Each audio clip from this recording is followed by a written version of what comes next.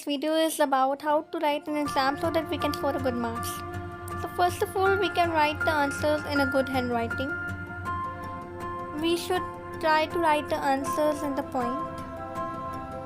We should avoid cutting as much as you can. We should avoid two different ink pens. We should write the heading first of all. We should underline the main points with the same ink pen. We should make a separate corner for a rough work.